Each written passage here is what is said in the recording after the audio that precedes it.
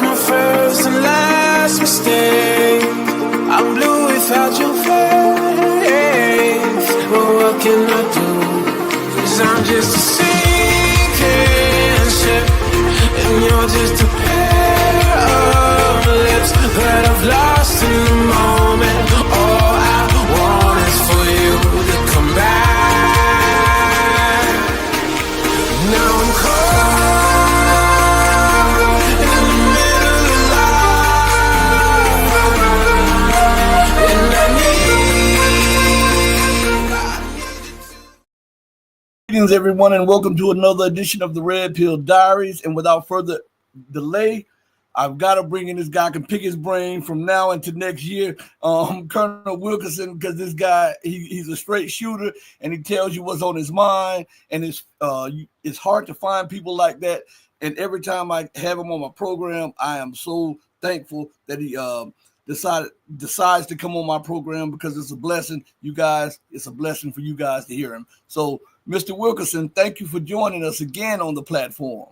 Well, thanks for having me, Rashid. Well, Mr. Wilkerson, let's start with the 800-pound gorilla in the room. What happened to all of the people who were saying that Donald Trump was the peacemaker and the peace candidate and would bring peace and would not start any wars? I think they have been grossly violated in that belief. And I think we're about to see just how grossly violated they've been. If we can trust Pete Hegseth, Petey, rank amateur, threatening Iran, threatening Al-Ansar, the Houthis in Yemen. He'll be threatening Russia next if Russia doesn't agree to do everything they want them to do in the Ukraine negotiations. It's preposterous that anyone thought that Trump wasn't warlike in the first place, in my view, because if you're locked in like he's locked in with certain members of the national security complex, the so-called deep state, and you're beholden to people like Miriam Adelson for almost $200 million, you can hardly not be a warmonger, because that's what it's all about. Furthermore, you can't not be a warmonger when you know, and I'm sure Trump's been briefed on this, the American military industrial complex needs roughly $50 billion annually to keep it ticking along happily, to keep its shareholders feeling good, its CEOs getting stock options and so forth, and to keep the production lines open, frankly. So we are a permanent warfare state. We have to have war in order to fuel this $50 billion that goes into the complex. Sometimes much more than that, of course. So we are an empire that will be at war from now until we are destroyed. Whoa, that was heavy.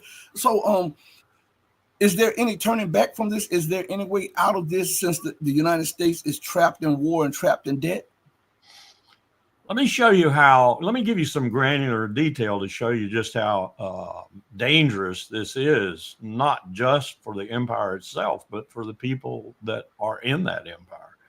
Take Virginia-class submarines, one of the most deadly weapons we possess. I would argue, as a military officer, it is probably at the top of the hierarchy of those weapons we possess that are essential to our national security. They're almost invulnerable because they hide under the oceans, and it's very difficult to kill them. So what do you do if you're the Congress wanting to earmark as much money as possible for your favorite programs in the current budget drill? Well, you go in and you steal some money from Virginia-class submarines. Where do you steal the money from? Maintenance and repair parts. Now, who have you just threatened? You've not only threatened the security complex of the country, you've also threatened those poor sailors on those boats who aren't going to have boats that are fit to sail in.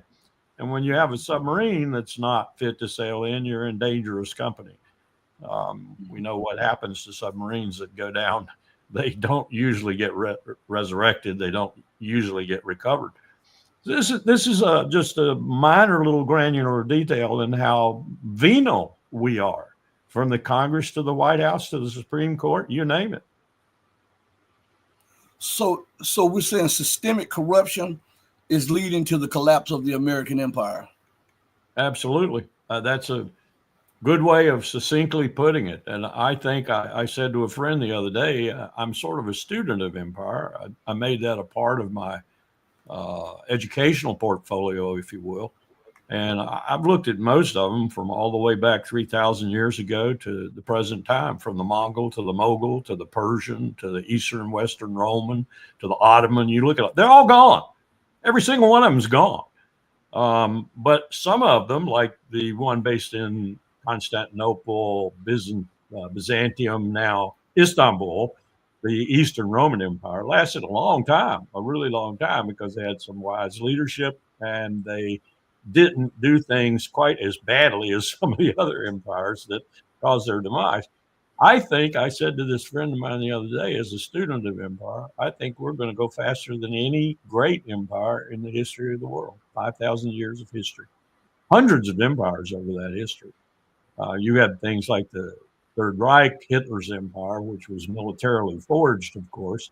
It didn't last very long at all, but I don't count them in the realm of empires that had endurance and staying power. You had to have a people. You had to have that people largely indebted, if not absolutely enthralled of your empire, like it was said of Rome. Rome might have been terrible, but you wanted to be a Roman citizen because its laws and its roads and its economy and such protected you and gave you a good life. That's the empire that you want to study in terms of the empire today, because you think that the American empire is similar to that. I began to think it's not. I began to think that we are going out. We are going out. We've only been an empire really since 1945. When we woke up from World War II, and everyone in the world that counted was at our feet, our allies and our enemies, we had 51% of the world's gross domestic product. Think of that for a minute. We made half of the world's goods. We made 50,000 airplanes in a single year. We had more boats in the United States Army, not boats, ships in the United States Army, than the Navy has today by a factor of 7,000 to 270. We were king of the world, and those who might compete with us were at our feet, destitute. We resurrected Europe with the Marshall Plan. We helped to resurrect Japan, of course, and we brought them back, but it was self-interested bringing them back because we wanted somebody to sell our products to. And we needed some other people in the world who could afford them. From that time, 1945, and really taking off with speed in the 60s and the 70s, we became nothing more than an empire. And since roughly the departure of the last president who knew something about running an empire, H.W. Bush, and embarking on Bill Clinton and George W. Bush and a host of other neophytes, including Barack Obama, I'm sad to say, we have been adrift. And I think, as I said, we may go faster than any large empire in human history. There's one wrinkle here, though. And this wrinkle I keep pointing out to people. In fact, I'm going to do a conference in Berlin next week. And I'm going to tell these 500 German parliamentarians and other distinguished people from Germany who are really worried about the U.S. doing another trick on Germany and putting nuclear weapons on their soil once again. You may recall the Cold War when Ronald Reagan did that with Pershings, and they weren't too happy because they said, hey, if it starts, guess who's going to die? We're going to die. We're going to die. Well, in this conference, I'm going to tell them there's a uniqueness to the American empire, and it's not our liberal democracy. We've just about murdered that. It's not our Constitution. Donald Trump is taking care of that very rapidly. It's our nuclear weapons. No empire in all the broad sweep of human history, some 3,000 years we know a great deal about, and another 2,000 we know something about. In 5,000 years, no empire has ever created the technological means to destroy the world. We did. We stole some scientists from other countries and we put our own scientists with them, and we did the Manhattan Project, and we became death, as Oppenheimer is allegedly said. Of course, that comes from the Indian Sanskrit. I am become death. And we are become death. That we possess the means to destroy the human race. So it's a very different empire that's going down. And my fear, and I'm going to tell the Germans this, my fear is that this empire, the only country in the world, the only empire in the world to have killed human beings with nuclear weapons in Hiroshima and Nagasaki, estimates are between 100,000 and 150,000 instantly dead, will do it again. That in order to prevent our going down at the last moment, as it were, we will use nuclear weapons again. And they do not want to be the people accommodating our nuclear weapons on their soil. I don't know if they would survive anyway, but they certainly aren't going to survive if they're panoplied with our nuclear weapons all over their country. Do you think that with all the money that's funding the think tanks and behind the scene and all the war scenarios, because the United States does all kind of war games and she prepares for all of the inevitables, do you think that they are informing the leadership that of the things that you just said? Because it seems like, as you said, the empire is adrift with no leaders and no adults in the office. That's a very good question. What you're ultimately asking is, does the president of the United States understand anything of what I just said?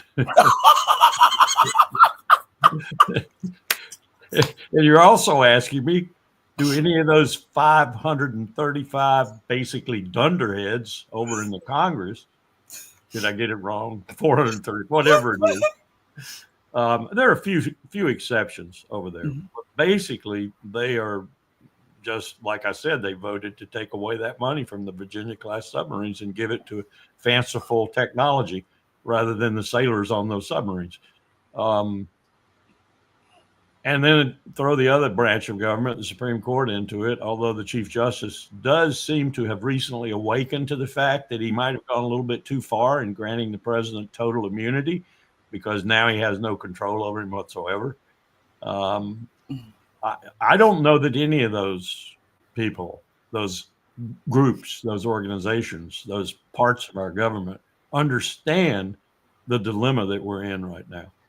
I really don't. I've had conversations with some of them over the years, and there are glimmers of hope every now and then. I particularly had a conversation with Bernie Sanders where we talked about the defense budget, and Bernie asked some really good questions and took copious notes. Did he do anything about it? Very little, but I don't hold that against him because he's a lone voice in the Senate for the most part. But there are very few people like him, and very few people outside the Senate or the House of Representatives like him. So I don't know. If you look at the empires in the past, they were similar. Not with regard to nuclear weapons, of course, but they were similar. That's the thing that really distinguishes us. They were similar in terms of the way they went down. They became physically irresponsible. In the case of the Western Roman Empire, for example, they began to essentially vote themselves the national treasury and spend it profligately. They also began to go to non-Romans for their military forces. You got people from the exterior, if you will, and paid them. They were mercenaries to be their military forces. You didn't have that stalwart Roman with a 25-year service record and the centurion and the people who really were hard fighters. Ask the people in Europe whom they conquered. They were hard fighters. But Rome went to hell at the end. That Western Empire went to hell. The Eastern Empire, based in what's now Istanbul, was a lot longer lived and it had a lot better leadership. You look at that series of emperors of the Western Empire, from Tiberius to Caligula to Claudius and on to Nero, and you see kind of what you're seeing right now in this country in terms of people who aren't very wise, aren't very empathetic, don't think diplomacy is an instrument of national power, believe that the military can do anything, especially if it's foreign and hired and paid. What's our military? The only adjective there that doesn't apply as foreign, and you could even apply that because we're hauling in Mexicans now because we can't recruit Americans. It's dire right now, I think, and I come back to that issue. We will use nuclear weapons before we go down in an attempt to reestablish a lost hegemony wherever it might be, and it could be in the South China Sea, it could be in the Taiwan Straits, it could be on China proper. I think we will, before we go down, certainly with the kind of leadership we have right now, resort to nuclear weapons. And that's a threat to the entire human race. So, do you believe that Trump is strategically placing people in different areas just in case of a massive uprising with the coming economic collapse, because it's underway, the coming economic collapse? Do you believe that Trump is removing people and putting his guys in the positions to suppress uprising or protests against him, and also to stifle any protests against the upcoming wars? There are different appreciations of an answer to that question, if you will. There are some people that think Charles Koch's philosophy is behind this. I happen to be one of those that think it is operative. And that philosophy, very simply stated, is to vote yourselves the United States Treasury. It's the last bastion of free money, if you will. And Charles Koch's whole purpose in life, to a certain extent, and the Koch Institute's purpose, is to get a hold of the U.S. Treasury, as much of it as they possibly can. And this administration seems like it just might be in the business of doing that for its cronies, whether it's Jared Kushner, Donald Trump himself, or some of the other people lined up at the trough to drink from the government siphon. Otherwise, it's difficult to explain some of the things they're doing. They're billed as cost savings, because they're not really cost savings, because like the defense budget, they're just going from A to B, and B is Trump's cronies or people that Trump depends on for his political power. A case in point, again, with the Congress is the business of announcing there would be a reduction in the defense budget. There's no reduction in the defense budget, not a single solitary dollar. In fact, the Congress is adding about $200 billion more to an already swollen and Defense Department polluting defense budget. What do I mean by that? Well, all they're doing with this 8% they announced that they were going to reduce the defense budget by is shifting it over to what Hegseth, Defense Secretary Hegseth, called PD. I call him. That's a good name for him, PD. They're shifting it over from legacy contractors like Lockheed Martin and Grumman and such.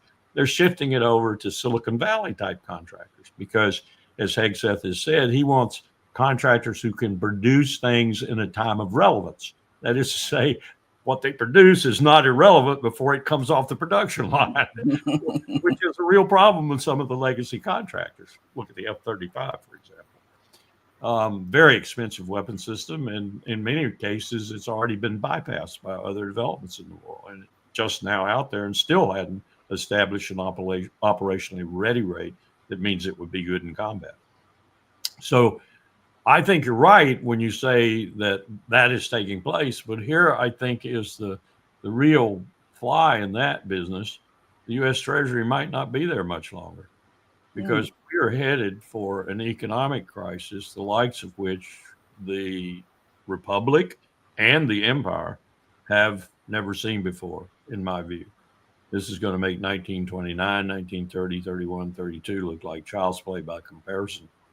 I think it involves everything from the value of the currency and a move in the world, particularly amongst the BRICS and the BRICS affiliates, to replace the dollar, to the utter irresponsibility of the United States Congress, looking now at deepening our aggregate debt from the 32 trillion it's already at. Think about that for a minute.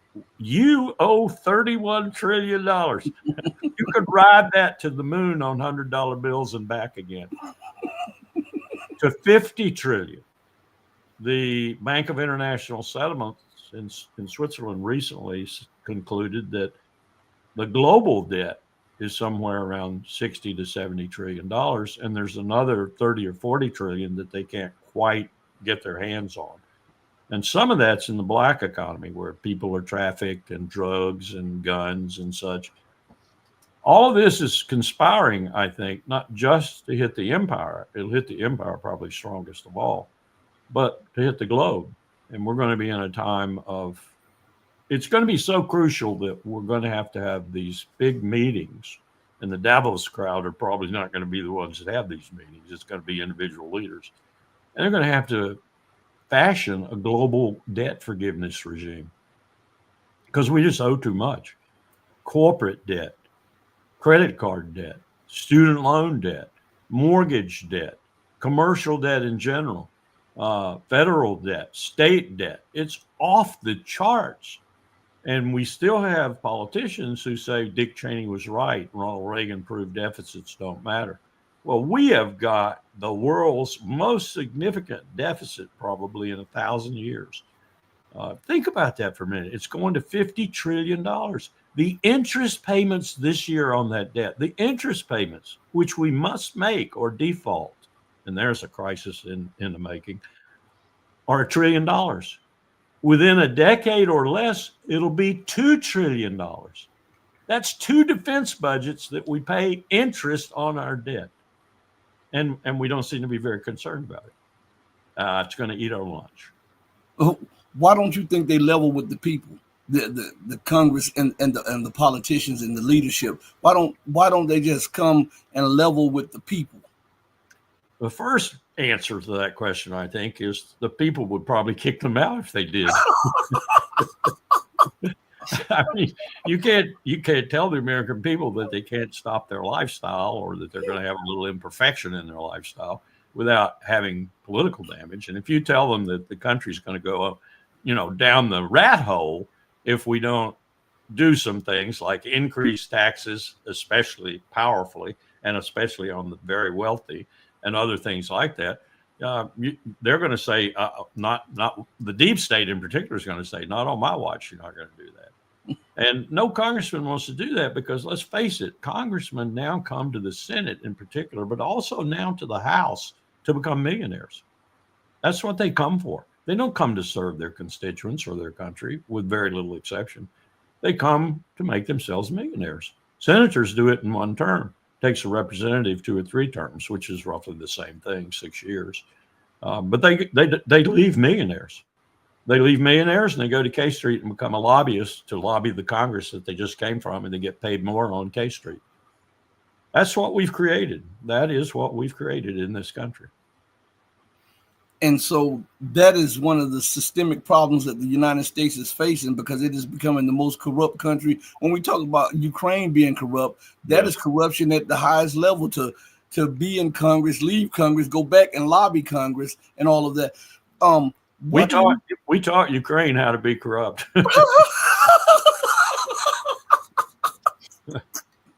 Well, Mr. Wilkerson, transitioning to what's going on in the Middle East, do you see war over the horizon? Because we see the mask coming off the Trump administration for what you and I and others predicted, that they really want a war with Iran. I'm shocked. I'm gobsmacked this morning from what I heard from the administration and what I heard from experts with whom I consult from time to time on Southwest Asia. I think I was wrong that Trump was intent on negotiating with Iran and getting a better deal than the JCPOA. He wants fiercely to outdo Barack Obama.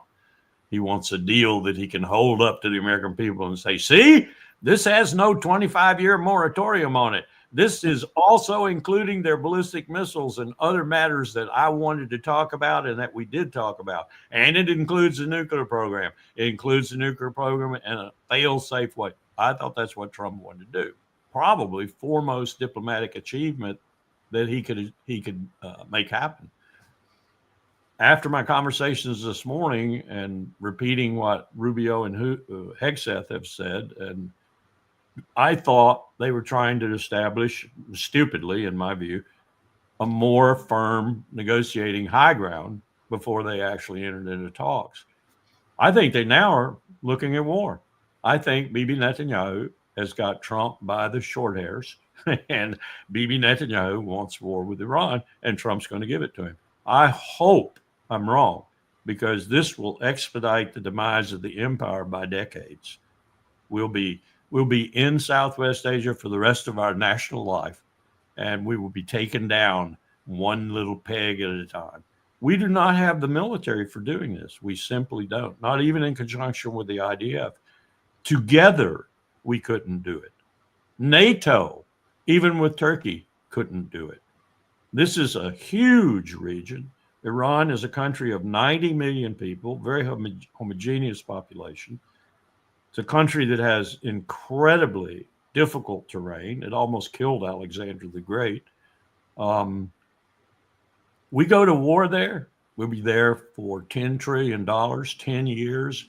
And if you liked Iraq, you will love Iran, because the results will be even worse. And if they think they can do it, they're falling into the strategic trap that many American leaders have fallen into. Dick Nixon fell into it.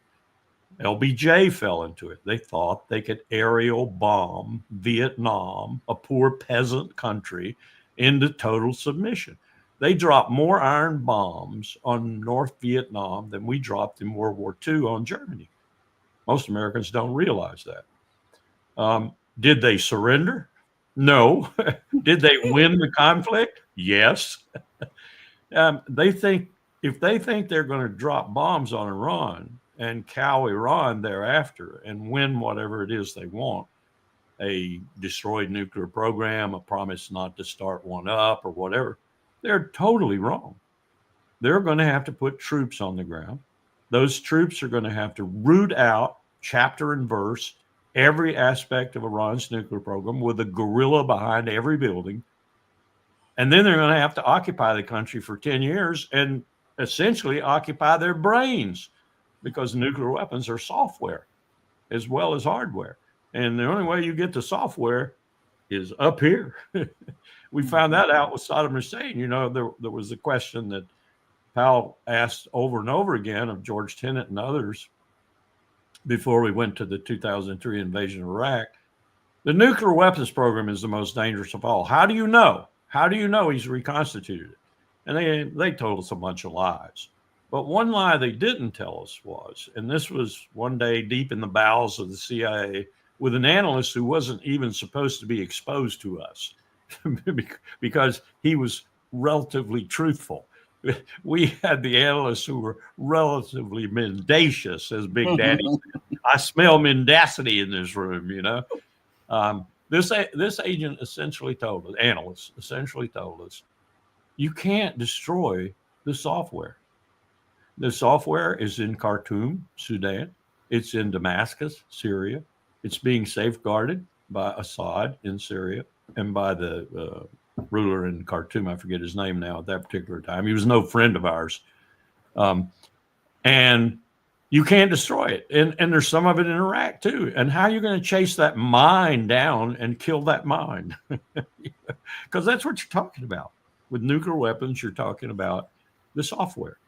And the software is up here.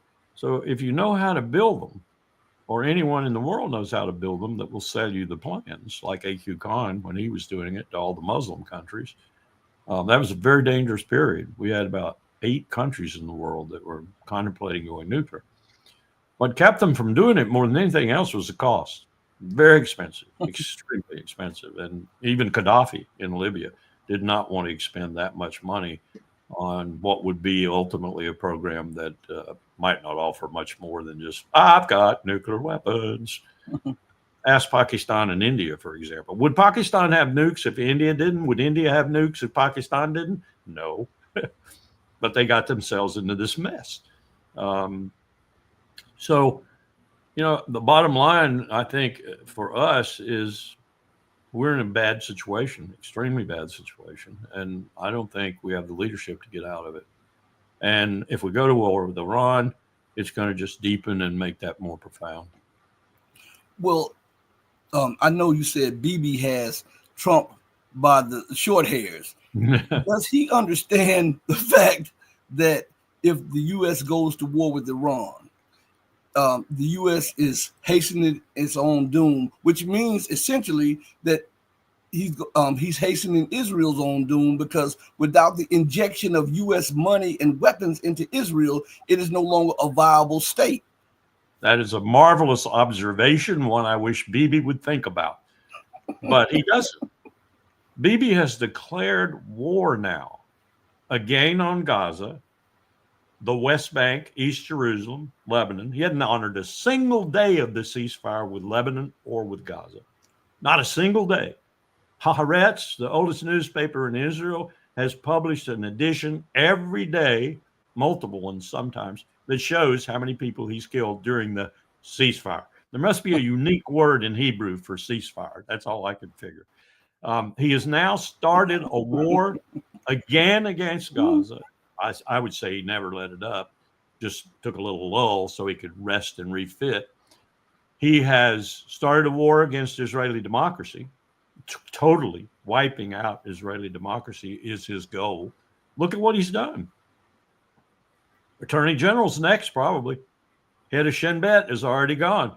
Now they've got a consternation in Jerusalem right now about that, whether or not the courts are going to support that or whatever. But Bibi doesn't care. And this is his latest war he's waging against Jews from Europe, who constituted originally the people who came for the safe haven in Palestine. He doesn't like them. He wants really rabid, Ben Gvir, Smotrich type Jews. So he's got this anti-Semitism conference he's sponsoring in Israel.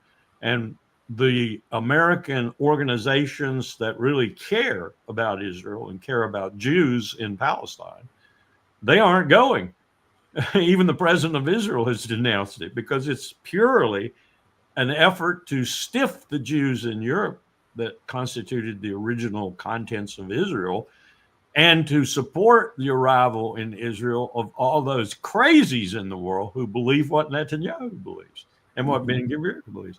And if you want to see that graphically, recently in East Jerusalem, Israeli soldiers and police were shooting at Jewish citizens, who are now constituting half of the Jewish citizens between the river and the sea, protesting on a daily basis on the hostages, on his attack on democracy, the courts and such.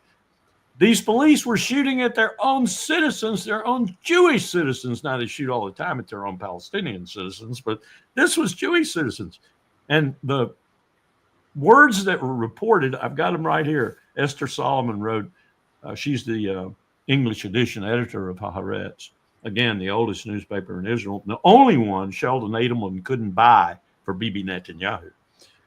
So they have some pretty good articles. Well, Esther wrote an op-ed, and she talked about all the things I've just described.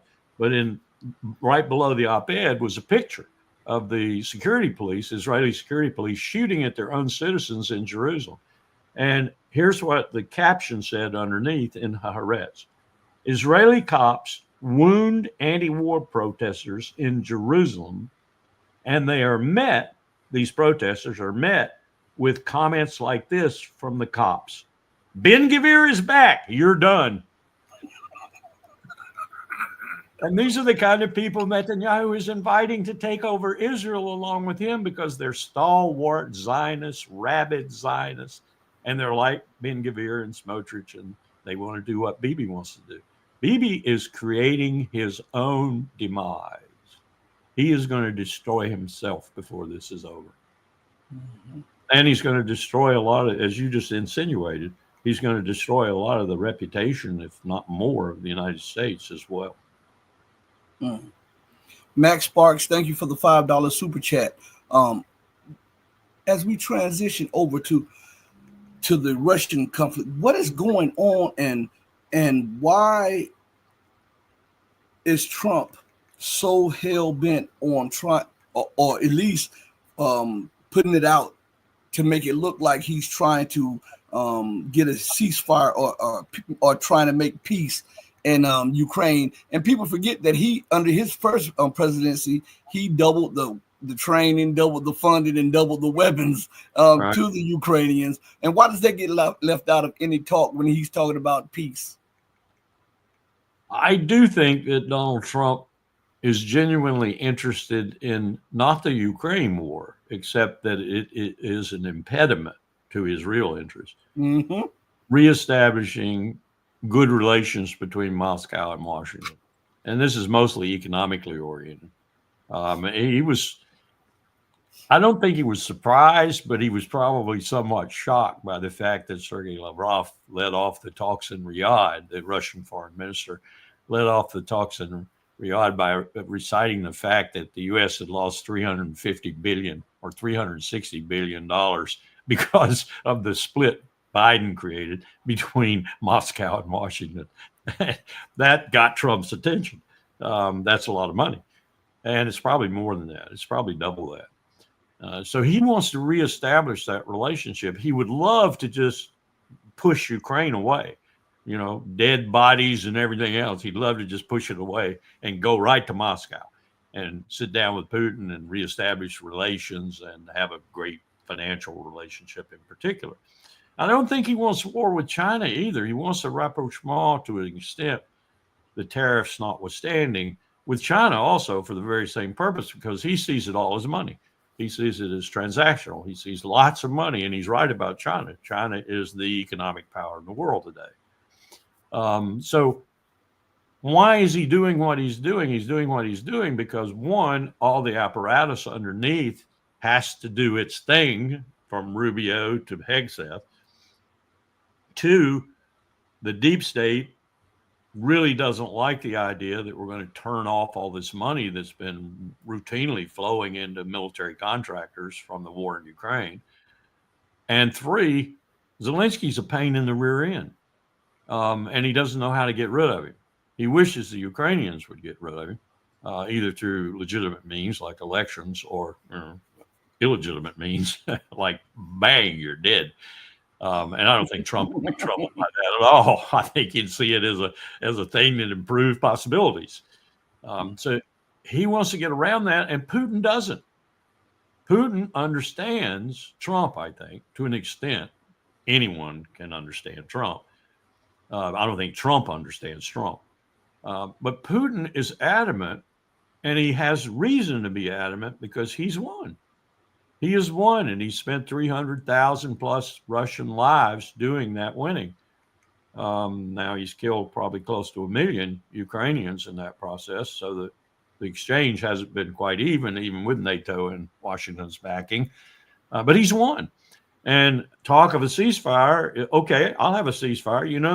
You remember what they talked about and the word Putin used? Nuance. In Russian, that word has a very unsavory, slangy meaning. And I won't tell the story on live TV, but it does have that kind of meaning. And what Putin was saying was, you can essentially take your ceasefire as you envision it and stuff it up your rear end. Because I've won this conflict, and you don't do the details. If we had a ceasefire, who would police it? Certainly not NATO, certainly not any NATO-like country, certainly not the U.S. And if we bring up people from the BRICS, from the global south, they will be acceptable to me. But what are the rules? Who officiates if one of those people is shot on the line of contact? And the Ukrainians will break the ceasefire the very instant it goes into effect. They're sort of like Bibi Netanyahu in that regard. So Putin was telling him, this is all wonderful what you're talking about, but give me the details. Give me the details. And I bet you I will spurn every one of those details as you go along. So where are we? Where are we? You want to have a new relationship, Moscow to Washington. You've got to do what I want you to do with regard to Ukraine. That means no mention ever of NATO membership. It means not a single solitary NATO facility on Ukrainian soil. It means I get all the territory I've conquered. Thank you very much. I might just go on and take Odessa just to prove to you that I can do it. I don't want it because it's a city that no one really wants except It wants it for its economic vitality, its sources of intelligence and information and such. But it's really a criminal city if you know anything about Odessa. Yeah. So I could do all manner of things, but I won't do them unless you force me to do them. And in the process, when you finally realize that I've won and I'm going to do whatever I need to do, then you can come to the table and we'll have peace. And if you bring Zelensky, bring him in a cage. That's sort of a thing. Or even better, use the constitutional propriety in Ukraine and have a new election and get someone elected. Someone who's interested in peace and interested in the kind of peace that I'm interested in. All of this could have been avoided. Years ago, people were asking me, what is the best, I'm talking about 2002, 2003. What is the best, I was in the government, what is the best position for Ukraine? I said, it's clear as a nose on your face. Neutrality. Look at the Austrian situation, for example, what they did. You need to be neutral. You don't want to be affiliated with anyone. Maybe in the long term, you might want to apply for EU membership if the EU will let you. But even there, you're going to have trouble because Polish farmers, French farmers, German farmers, they're going to rebel. They do not want Ukraine with all that agricultural capacity it has and all the crime and corruption they have in the EU. Wrecking their foreign policy. So neutrality is what Ukraine should have started with. We wouldn't have this mess if they had. And I lay that at the feet of a number of Democratic presidents. Republicans like George W. Bush had something to do with it too, and Joe Biden and Anthony Blinken and Jake Sullivan, they just cemented the stupidity. Cemented it. Do you know that we didn't even have relations with Russia to the extent that Sergei, the foreign minister, could talk to our foreign minister, Secretary of State? Their ambassador left. Their ambassador went back to Moscow. I asked him at a luncheon, I said, why are you going back to Moscow? He said, why should I be here? They won't talk to me. They won't talk to me. Joe Biden put out an edict. No one in my government will talk to any diplomat in Russia, or for that matter, any Russian. Utter stupidity. Utter stupidity. So we built this situation ourselves. And the only way Trump is going to dismantle it to our positive good is to take almost everything Putin wants and give it to him. Now, I'm not sure Donald Trump's capable of that. Well, if the U.S. refuses to adhere to the core demands of Russia, where does that lead us? It leads us to a long, still ongoing, bloody, every Ukrainian is going to die war. Now, I don't know that the lines, I'd have to be there and kind of smell the situation as a military professional, and I might still not be able to figure it out. It's such a long line. It might collapse any moment and everything goes the other way. You probably heard about Kursk. And those were crack Ukrainian troops and some NATO troops. Crack Ukrainian troops. That was the last really solid professional group of troops Ukraine had. And they're to a man dead or captured now. Do you do that to the rest of the line? Yeah, you can. It'll cost you some troops too to do that, depending on just how much is still there. Particularly the drones, because the drones are very difficult for the Russians to deal with on a rapid basis anyway. They can deal with them, but dealing with them rapidly takes it is almost impossible. And we're giving them those drones, or others are giving them those drones. So it could collapse tomorrow, totally collapse, and the Russians be standing there at 5 a.m. in the morning and looking around and saying, where do Ukrainians go? Or, it could bleed itself out over the next 6 months or so with a lot more casualties. All we're doing is taking a nation of 40 million at the inception of the hostilities down to about 28 million now, and even lower. Now, some of those were lost because people just picked up and left, refugee status sort of in Poland or wherever. And some of it's deaths. Yes, we have killed the flower of Ukrainian youth. We, the American Empire, because this was not a belligerency between Ukraine and Russia. It was a belligerency between Washington and NATO and Moscow using the Ukrainians as our foil. That's what it was. And Americans need to understand that. Ukrainians died because we were using them. Mm-hmm. But, so we know that one of the main sticking points to what Russia is talking about, ceasing of all intelligence sharing and the ceasing of supplying weapons and arms to Ukraine, and yet we have in the last few days the United States publicly saying that they were once again shipping arms and sharing intelligence. How can on one hand he said that he wants peace, and at the other hand do the exact opposite of what one of the main demands that Russia is demanding for peace? Well, they claimed that it was a negotiating tactic. They claimed that in order to put the maximum pressure on Putin, they had to go back to giving Ukraine the wherewithal to withstand the most vicious Russian attacks. Kursk proves that was farcical because they destroyed that salient in Kursk. I think it was at least in large part because of what I told you earlier. The military-industrial complex in the empire needs $50 billion a year. And they were screaming. You know, that was their richest pie. That was a pie they could reach in almost at will and drag billions of dollars out of. You know, people say, we sent $350 billion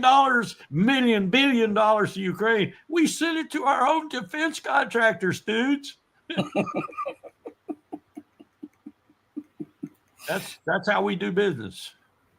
Well, do you think those people in Moscow are taking Trump serious when they're putting out stuff just to try him and say, listen, one of our main sticking points that we will not budge on is that you must stop arming Ukraine and that you must do this immediately and stop giving them intelligence. And then within the next day after Trump announces, peace is within sight, the United States is arming the Ukrainians, and we're opening up our intelligence sharing with them again. That is a spit in the face to the negotiations. It is. And I don't know where we're going from here other than more of the same as we try to negotiate better standing ground from which to negotiate. And he does his standard thing, which is to remain stalwart and essentially assert, I'm winning. I'm winning. Why should I do anything other than what I'm doing right now to consolidate my victory? And if I have to consolidate my victory over NATO's dead body, so be it.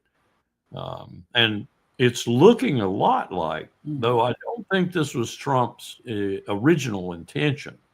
And a lot of people from his 4 years before think this was his ultimate intention, and that was to convince the Europeans either to pay a lot more money or to get out of NATO. And there's no way, even now, it's false what the Europeans are saying about contributing more money, because you have to face what's happening in Europe. And the United States had a lot to do with this. I know, because I was there when we started the program. We essentially got the people in Europe, in NATO, elected for the most part. We spent billions of dollars on campaigns to get Jens Stoltenberg to be the NATO Secretary General, for example, and to elect leaders in Norway and Sweden and other countries that electrified the world by suddenly abandoning neutrality and coming into NATO. Those leaders do not represent their populations. Germany is a stark example. It's mostly because of Germany's screwed up electoral system. They do not, Friedrich Merz, the new chancellor from the Christian Democrats, the coalition he's going to build, if he hasn't already finished it, that's not representative of the German people. It's not. So, and Macron is certainly not representative of the majority of the French people. So when that washes over Europe in new elections and so forth, you think they're going to vote, really, these new politicians who come in on the wave of this? are going to vote to eliminate their very luxurious social programs. They won't stay in office very long. So maybe they'll go to 3%, maybe they'll go to 2.5, something like that. But Europe building its own security identity is a chimera. And we're going to find out what kind of chimera it is. Oh, yes, let's talk about something else. How do you get the troops for these militaries? You go back to conscription? Good luck with that. Look at the empire. The empire is so short troops, it can hardly sail its ships or fly its fighter planes. We are hungry for troops. We will go to Mexico to recruit. Can't go there anymore because we're stiffing them with tariffs. They're going to have the same problem, if not an even more profound problem, in recruiting young people to serve in these armed forces they're going to suddenly people Europe with and replace NATO with. This is all a mystery to me, that people could be so unimaginative and so stupid. And yet I've served an unimaginative and stupid president and an unimaginative and stupid bureaucratic vice president who was nonetheless powerful because he knew how the switches worked and so forth. And the president was naive. So leadership is everything in the world. And we are void of leadership in Europe, particularly in NATO countries, and in the United States. We are void of leadership. So if you have a superpower that's void of leadership, you have no superpower at all.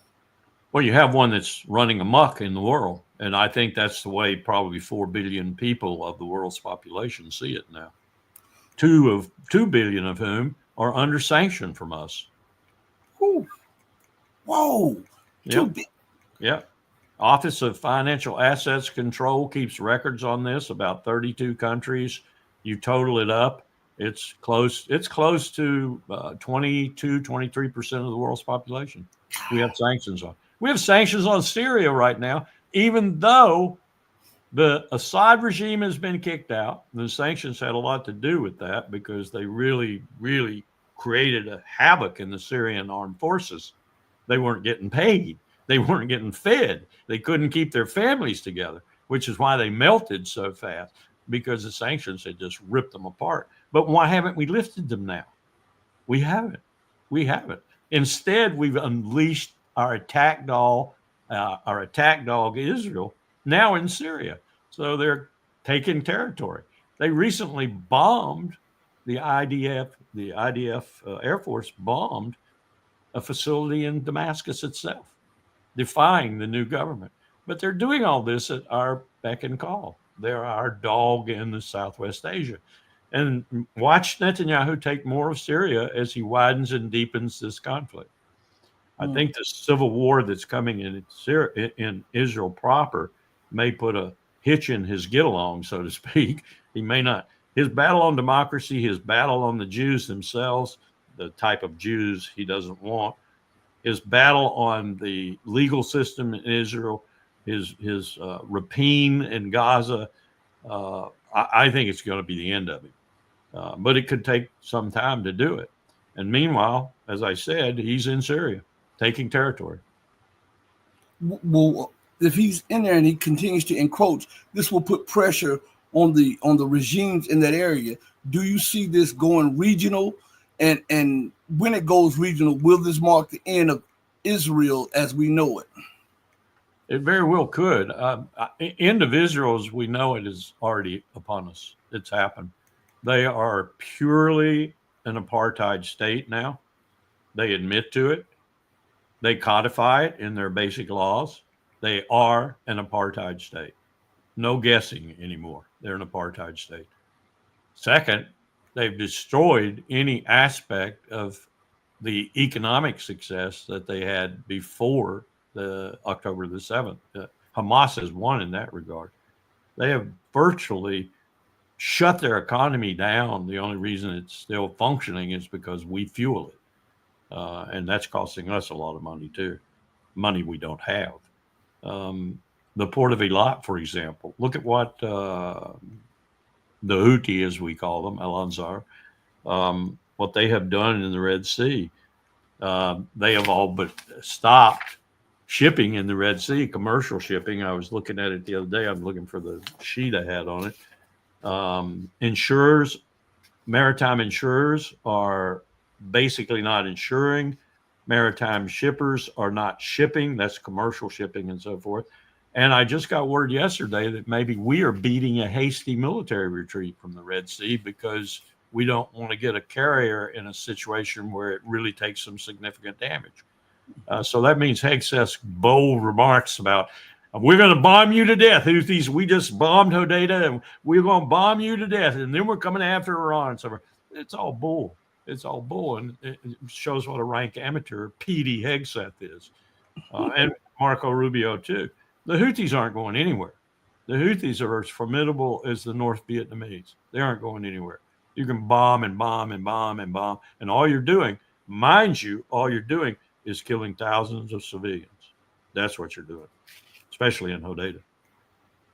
It's a nightmare. It's a nightmare, and we have nightmare in chiefs in the government right now. Look at what Hegseth just did. I just got an email from a good friend, and he asked me, he said, are you believing that Colin Powell had to come down at Arlington National Cemetery? And are you believing this crap about the code talkers and about the Tuskegee Airmen and other groups? Well, I had to explain that I had checked with the Arlington authorities, and it's a little bit more nuanced than that. Not the Russian version of nuanced, the English version. What they're doing is like with Colin Powell, and this is what I was told anyway, with Colin Powell, they're taking anything down, photos, plaques, anything down at Arlington that indicates he was an example of diversity, equality, integration, DEI, the program that they don't like. So you can't put him up there because he's black. You can't put them up there because they're Navajo Indians. You can't put them up there because they're something other than lily white.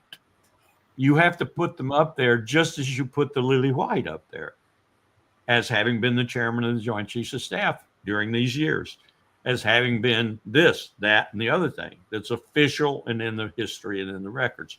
You cannot discriminate by saying, look, here's the black man.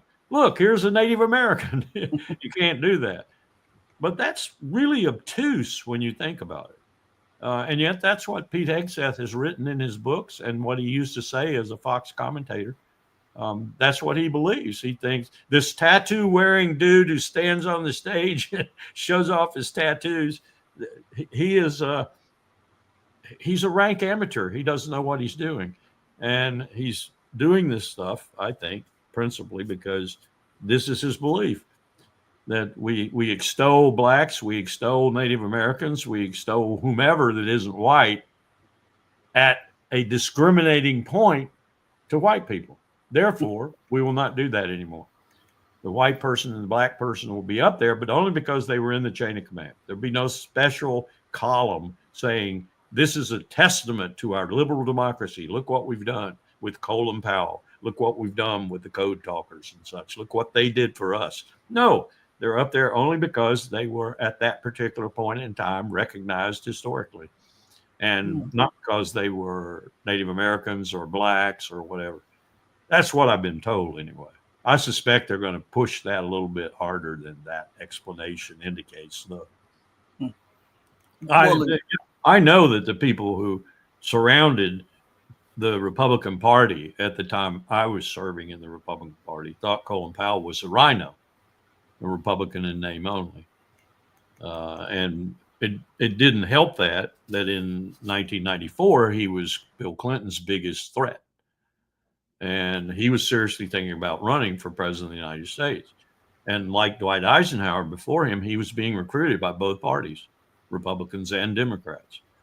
And when he made his decision in November of 95 and said he wasn't going to run, Bill Clinton breathed a deep sigh of relief because Colin Powell would have beat the crap out of him. But he just didn't want to run.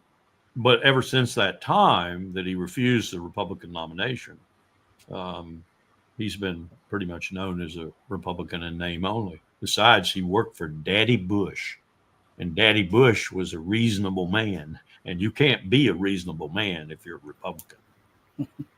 Believe me, I know I'm a Republican. Well, in closing, Mr. Wilkerson, where do you think all of this is going in the next 2 to 4 months concerning the NATO war against Russia in Ukraine, the U.S. Israeli moves against Iran and Yemen, and the so-called American pivot to Asia? I think we're going to make grudging progress on Ukraine, and it will depend on just how much Trump really does understand Putin. But it won't be anything flashy, and people will continue to die in that time frame, unless, of course, the Ukrainian military does totally collapse, and we do nothing about it. And Starmer, Macron, and Merz in Germany and others do nothing about it. With regard to Israel, I think Israel's committing suicide. Whether that suicide will be apparent to all and sundry within the next 3 to 4 months, I don't know. I kind of think it might be. And what does that mean? It means that it will no longer be tenable for a Jewish state to exist in the heart of Palestine at the eastern end of the Mediterranean between the river and the sea. The international community, the other people in the world who are concerned about this situation, like China and Russia, some real hard statements have been coming out of both countries with regard to the plight of the Palestinians. And it's not just rhetoric anymore. You better believe if we went to war with Iran that they would be backed by Russia. There's no question in my mind. And what does that mean? Does it mean more fighter squadrons like the one they are in new equipment training right now in Iran with the latest state-of-the-art Russian fighter planes? Take that, Israel, next time you go up in the air. Difficult to say, but I just don't think Israel is long for this world in its present configuration. Or maybe the present configuration is not long for this world in terms of Netanyahu. Who replaces Netanyahu, I think, is a huge question. Is it going to be a Ben-Gvir, a Smotrich type, or is it going to be a more level-headed person? And is that level-headed person going to try to reverse gears a little bit and get it? But I would suspect that even that feckless organization called the United Nations might kick Israel out. They might kick them out. Now, we'll do everything we can to stop that, of course. But the General Assembly alone might vote for it. And then that's essentially the same thing as kicking them out. And I would defy Guterres, the UN Secretary General, to let them come to meetings after that if the General Assembly does vote on it. I wouldn't let them come. So you've got a real pariah state developing there. And what was the third part of your question? What will come of the U.S. pivot to Asia, provoking China? Yeah, I think Trump's negotiating strategy here, if you will, is putting pressure with tariffs and other things on China. But I think ultimately he's going to accommodate China in some way or other. And he wants a good economic relationship. And he understands, I don't know if he understands intellectually, but I think he understands intuitively that right now we're experiencing a huge power shift. The power shift of the last 2,000, 2,500 years, whatever, was from the heart of China across Central Asia, into Europe, into Western Europe, into the British Empire, into the American Empire, and the East sort of withered. The East is back big time, China being the magnet thereof. It's been coming back for some years, but it's really back now.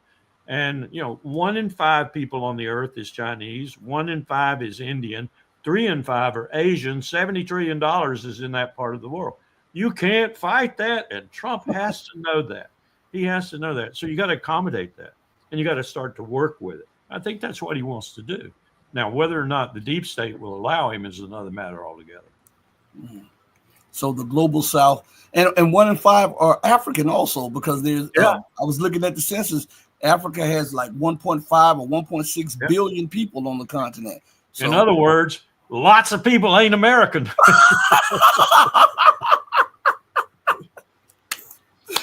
Once again, Mr. Wilkerson, you hit the ball out of the park. I want to thank you so much for joining me on the platform. I can have you on here all day long asking you questions. Thank you so much. I appreciate your having me. Yeah, thank you, and be blessed, be safe, and you'll hear from me shortly. Thank you. Take care. Good luck. All right. Everybody listen, hit the like button. It's free. I told you we're going to bring you some powerful guests. Next week, we have my guy, Carl. We were supposed to do the show tonight, but something came up for me. So we're going to have Carl Czar back on the platform the first part of next week. We got a Patreon and channel member stream coming up, I believe, this weekend. I'll be over on the New Atlas with my guy, Brian and Angelo this weekend. So check us out. I might come back and do a stream sometime today or tomorrow. I want everybody, listen, to look at each other like this. Do right by others, not because there's some material gain or because there's some accolades or some applause that you get behind that. Do right by others because it's the right and humane thing to do. It's the godly thing to do. All right? Because remember, even when no one else is watching, God Almighty is watching you. He might sit high, but as my mom always taught me, he looks low. And that's enough to keep me going on the straight and narrow. I want to thank each and every one of you for joining me on the most powerful platform for truth on God's green earth. This is your platform for education, elevation, and edification. This is the Red Pill Diaries. I'm your host, your brother, and your friend. And remember that I love each and every one of you if you love truth. But know that the love that I have for you will always pale in comparison to the love that God has for you. Until we next speak again, stay strong, stay true. But remember to always stay righteous. Hey, mama, your baby boy loves you more than life. Thank you, everybody. Deuces. We're out of here. Peace.